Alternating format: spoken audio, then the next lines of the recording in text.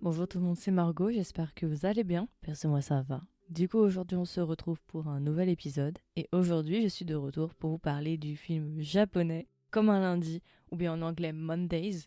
Le film fait 1h22 et il a été réalisé par Ryo Takebayashi. Alors récemment, du coup, j'ai été invitée à une avant-première pour aller voir ce film. Du coup, je suis allée le voir à Lyon. Et je dois vous avouer que c'était une agréable surprise. C'est vrai que de base, moi, je n'en avais pas vraiment entendu parler. J'avais pas nécessairement beaucoup d'attentes. Je connaissais juste le thème principal qui était les boucles temporelles. Et c'est tout. En fait, j'y suis vraiment allée les yeux fermés. Mais en tout cas, franchement, j'ai été agréablement surprise par ce film. Je pensais pas autant l'apprécier. Et vraiment, c'est un film que je vous recommande. Déjà, je peux le dire tout de suite, ça va être une recommandation film si vous avez l'opportunité d'aller le voir au cinéma. Il est sorti le 8 mai, si je dis pas de bêtises. Généralement, ça dépend des cinémas, mais généralement, ça reste au moins un mois en salle. À voir, après, ça dépend des cinémas. Donc, si jamais vous avez l'occasion, n'hésitez pas à aller le regarder si vous pouvez le voir, parce que franchement, il est vraiment sympa. Alors rapidement, du coup, quels sont les acteurs qui jouent dans ce film? Alors moi, personnellement, ce sont des acteurs que je ne connaissais pas. Après, il faut savoir aussi que je suis pas non plus une experte en cinéma japonais, ni même en drama japonais. Je connais personne, mais je vais quand même juste vous donner l'actrice principale. Peut-être que vous la connaissez, puis je pense que pour les experts de cinéma japonais, vous allez reconnaître des têtes, je suppose. En tout cas, notre actrice principale, c'est Marui Wan. Au niveau des dramas, elle a fait pas mal de rôles secondaires et de rôles d'invités. Au niveau des films, elle a beaucoup de rôles secondaires en fait. Elle a joué dans Silent Love en 2024, Sway Hasten en 2024 aussi. Elle a joué dans Matching, ce sont des films, hein. Elle a fait dans Joshurei. Elle a joué dans A Girl on the Shore, mais franchement, je ne la connais pas. C'est une actrice que j'ai plutôt appréciée, donc c'est bon à savoir. Je vais la surveiller à partir de maintenant si elle fait des nouvelles œuvres. Alors, du coup, pour ceux qui n'ont pas vu le film encore, de quoi parle Comme un lundi? Comme un lundi, du coup, ça va se placer avec notre personnage principal qui s'appelle Yoshikawa Akemi.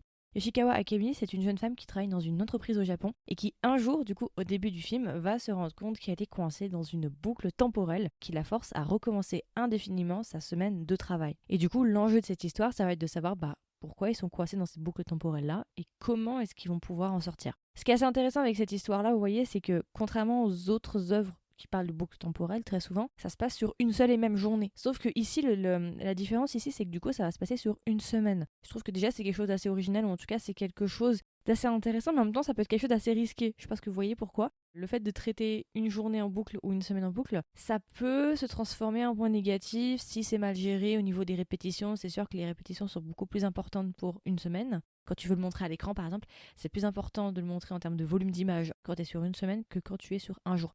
Mais ils l'ont très bien géré, spoiler alerte. Donc ça s'est pas transformé en point négatif pour moi, c'est plutôt un point positif. Autre chose aussi qui est intéressant avec ce film, c'est que de base, généralement dans les boucles temporelles, c'est souvent un ou deux personnages qui sont au courant.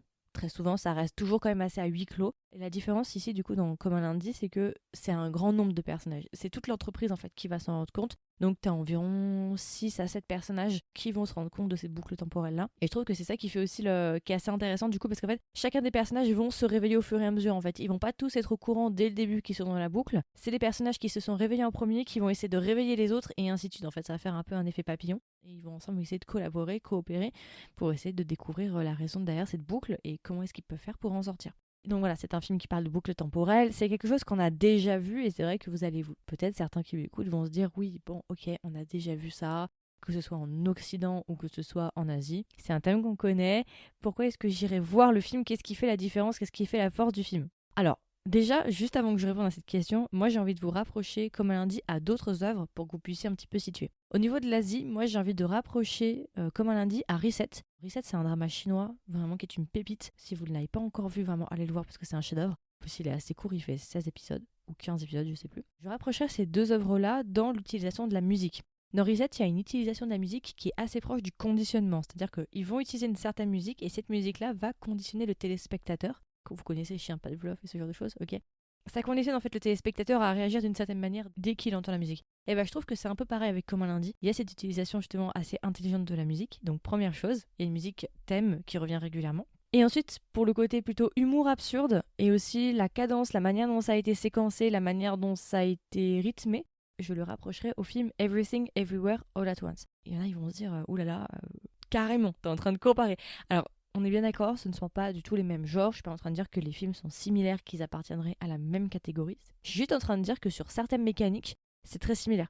Que ce soit l'humour absurde, l'utilisation de certaines images, même juste le générique de début. Quand j'ai vu le générique de début, direct j'ai fait un rapprochement avec Everything Everywhere, la manière dont c'est séquencé. Je pense tout simplement à la manière dont ils rythment, c'est-à-dire qu'ils vont faire à peu près comme Everything Everywhere All at Once. C'est un peu comme du morse. Tu vas commencer par une succession d'événements extrêmement rapides, et ensuite, cet enchaînement d'événements extrêmement rapides et extrêmement succincts, il va y avoir une sorte de rupture qui va être faite, avec une scène beaucoup plus lente, beaucoup plus calme, qui va durer quelques minutes.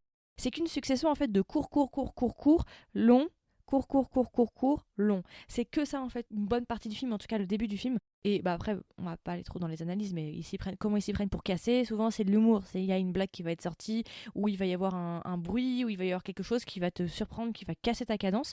Et du coup, on va repasser sur du calme, avec un rythme beaucoup plus lent, avant de repasser à nouveau sur une succession d'événements extrêmement rapides et ainsi de suite. C'est que des successions et des ruptures. Je ne sais pas si ça fait sens. Je pense que maintenant, vous voyez un petit peu pourquoi je rapproche avec Everything Everywhere All at Once. Même au niveau de l'humour qui est complètement absurde. Et c'est ça qu'on aime en fait. C'est que c'est un film, moi de base, je pensais pas qu'il serait aussi drôle en fait. Je pensais plutôt que ce serait assez sérieux. Il y a le côté science-fiction et tout, mais je pensais que ça tirerait plus du côté de Reset en fait. Après, chacun a un humour différent et sensible à un humour différent. Justement, avant la question que j'avais posée de qu'est-ce qui fait la force de ce film, pour moi, c'est son humour.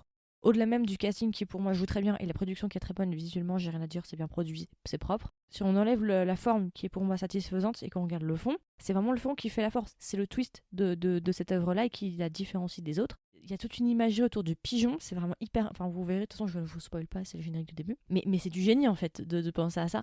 Il y a plein de trucs, ça ne fait aucun sens et c'est ça qu'on aime en fait. Et même la salle, je peux vous le dire, était très réceptive. Vraiment, il y avait de tout dans ma salle. Il y avait des gens quand même assez âgés, il y avait peu de gens jeunes comme moi, mais ça oscillait entre, je pense, 28 ans et 60 ans et plus. Et franchement, toute la salle était réceptive à l'humour, c'est pour vous dire. Donc vraiment, même, je pense à une scène en particulier, la scène, je vais pas vous spoiler, juste la scène du PowerPoint. Moi, je crois que c'est ma scène préférée, la scène du PowerPoint. Non mais là, rien que d'y repenser, cette scène, elle est incroyable. Je suis désolée, mais c'était du génie. Mais c'est ce que je vous dis, en fait, dans ce film, ce qui joue, c'est l'humour et c'est aussi le rythme. Je suis pas sûre que l'humour à lui seul suffirait pour rendre le film ce qu'il est. Je pense que c'est aussi la cadence. La personne qui est derrière ce film-là, elle a très bien compris comment gérer l'attention du téléspectateur, comment gérer, comment ponctuer, où mettre les blagues, où mettre la musique, et ainsi de suite.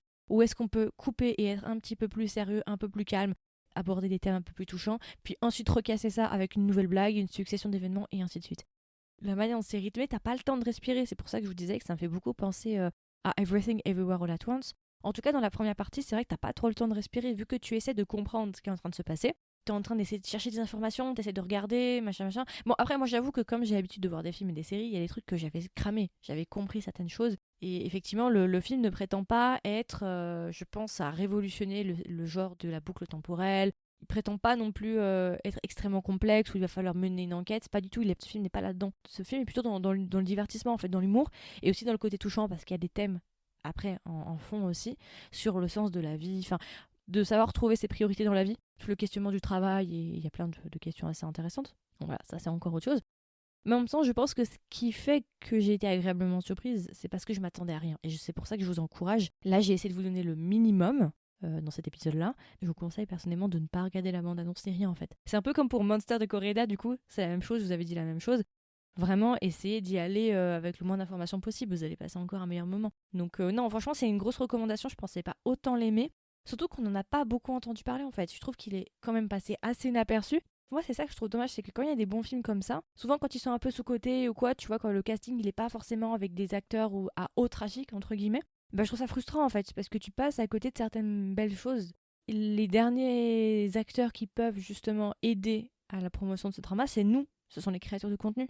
J'aime pas trop le terme influenceur parce que je m'estime pas être une influenceuse, mais les créateurs de contenu, c'est nous après qui pouvons justement faire ça. C'est pour ça que j'en parle aussi aujourd'hui, c'est parce que j'ai envie de vous en parler, parce que je pense que pour beaucoup, vous êtes passé à côté. Je trouverais ça dommage étant donné qu'il est au cinéma. Alors après, on est venu me voir en me disant qu'effectivement, par contre, il est au cinéma, mais pas dans tous les cinémas. Ça, c'est toujours le problème. Peut-être qu'après, il sera peut-être racheté par un site de streaming style Amazon Prime, Paramount, peut-être sur Mubi, peut-être MUBI. On va voir, sinon aussi en DVD, c'est pas impossible. Après, bon, je sais qu'il y en a que c'est plus trop d'actualité, les DVD. À mon échelle, j'essaie de vous en parler, mais je trouve ça vraiment dommage en fait de passer à côté de ce genre d'œuvre. Vous voyez, il est sorti en 2022. Nous, en France, on en entend parler qu'en 2024. Autre chose aussi, c'est vrai que quand on parle de boucle temporelle, on s'attendrait, comme je disais un peu avant, je l'avais introduit mais j'ai pas terminé mon fil de pensée. Quand on parle de boucle temporelle, c'est vrai qu'on a tendance à tout de suite se dire ok, il va y avoir une enquête en fait. On va essayer de découvrir ce qui va se passer, ça va un peu pencher sur le côté enquête. Comme un lundi, pas vraiment. C'est vrai qu'il y a ce petit côté enquête, on essaye de découvrir, mais en vrai, c'est plus au second plan. Ce qui est vraiment au premier plan, c'est plutôt l'humour absurde et les conditions de travail des personnages. Je trouve en tout cas, il n'y a pas vraiment d'enquête. Vous voyez ce que je veux dire? C'est pas le truc prédominant comme par exemple dans Reset, t'as plein de personnages et le but c'est de savoir qui est derrière l'explosion du bus. C'est très différent. On est vraiment sur du second degré dans Comme un lundi. On n'est pas sur quelque chose de très sérieux. Donc voilà, je voulais juste vous le poser, peut-être comme ça vous savez un peu à quoi vous attendre. Mais en point négatif, est-ce que j'en ai? Alors, c'est vrai que comme je vous ai dit, moi vraiment ce que j'ai apprécié, c'est l'aspect humour, c'est l'humour absurde dans ce film. Et c'est vrai que vers la fin, il y a une petite période où on va dire que l'humour passe au second plan pour justement traiter des thèmes un peu plus sérieux, un peu plus profonds, entre guillemets. Et j'ai trouvé peut-être que la transition, je trouve qu'elle était un peu trop brusque. D'un coup, pouf, ça redescend et on devient beaucoup plus sérieux, on essaye de résoudre certains problèmes. Par contre, cette période de calme-là, à la fin, encore à la fin du coup, elle est rompue à nouveau par plusieurs scènes assez drôles qui recassent. Et là, tu te dis, ah d'accord, c'est bon, j'ai retrouvé l'humour du début, ça reprend. Et finalement, après, on a la fin qu'on a eue. D'ailleurs, disclaimer, et ça, il y en a beaucoup qui ont fait l'erreur, et je suis obligée de vous le dire, j'ai failli oublier. Ne partez pas avant la fin du générique. Alors moi, je dois vous avouer que de base, je ne le fais pas. Généralement, je reste bas.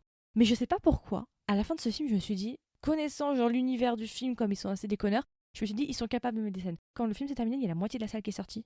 Donc voilà, je vous le dis comme ça, vous le savez, vous ne passerez pas à côté, ce serait dommage. Du coup, si je devais recommander le film à un ami ou une amie, qu'est-ce que je lui dirais? Et est-ce que même je lui recommanderais le film? Oui, moi je recommande le film. Si vous avez l'opportunité de le voir, si vous avez un cinéma qui le diffuse, allez-y. Vraiment, c'est un film vraiment sympa. Si vous voulez un film qui parle de boucle temporelle, avec un petit peu d'humour absurde, où t'as pas le temps de respirer, où vraiment il se passe tout le temps quelque chose, franchement, fonce. Je pense que tu vas apprécier. Et si tu cherches un bon film japonais à te faire, à te regarder, vas-y. Franchement, il est bien. Moi, j'ai du mal à trouver des films japonais qui me contentent, qui me plaisent. Celui-là, franchement, pépite. J'ai rien à dire. Après, je suis pas en train de dire que c'est un film qui va révolutionner le genre de la boucle temporelle. Non. Et d'ailleurs, le film ne prétend pas. Mais sa valeur principale, c'est de te divertir et de faire passer un bon moment. Et ça, il l'a réussi à 100%, il a réussi sa mission. Et du coup, alors si je devais donner une note à Comme un lundi, combien est-ce que je lui mettrais sur 20? Alors, j'hésite un peu, mais je pense que je vais lui mettre un bon 16,5 sur 20. Ça passe ma barre des 15. Et je pense que pour ceux qui me connaissent, vous le savez, voilà, vous voyez un peu, vous jaugez. Franchement, allez-y si vous avez l'occasion. Franchement, ça a valu mon billet de train et ma nuit d'hôtel avec 38 de fièvre. Non mais c'est vrai en plus, hein, c'est vrai. Pour ceux qui étaient avec moi en live ce soir-là, j'avais de la fièvre. Vous savez que je me souviens même pas du live qu'on a fait ensemble. Hein. J'ai blackout. Je me souviens juste du film. Heureusement d'ailleurs, j'ai réussi à me concentrer, j'ai réussi à prendre mes notes. Mais après, j'ai blackout total de la journée. Voilà, c'est à peu près tout. Du coup, c'était mon review assez court sur le film Comme un lundi. J'espère que ça vous a plu et que ça vous a intéressé. Comme d'habitude, n'hésitez pas à me donner vos retours. Est-ce que vous avez vu le film? Si vous l'avez vu, est-ce que vous l'avez aimé ou vous ne l'avez pas aimé? N'hésitez pas à me dire ça en commentaire. Si vous ne l'avez pas encore vu, est-ce que vous comptez le voir et lui laisser une chance? Il y aura une section commentaires si vous m'écoutez sur Spotify. Vous avez juste à swiper vers le haut. Et aussi, vous pouvez laisser un commentaire sur YouTube, parce que oui, le podcast est disponible sur YouTube et YouTube Musique. Donc voilà, et puis si jamais vous voulez être au courant des dernières sorties du podcast et recevoir une notification dès qu'un nouvel épisode sort, parce que vous voyez par exemple cet épisode n'était pas prévu, n'hésitez pas à vous abonner sur votre plateforme d'écoute préférée. Et enfin, si vous aimez ce que je fais et vous aimez mon travail, n'hésitez pas à me laisser une note, pareil, sur votre plateforme d'écoute préférée. Et puis voilà, écoutez, je vous souhaite une agréable journée ou une agréable soirée. Et je vous dis à la prochaine pour un nouvel épisode. Bye bye!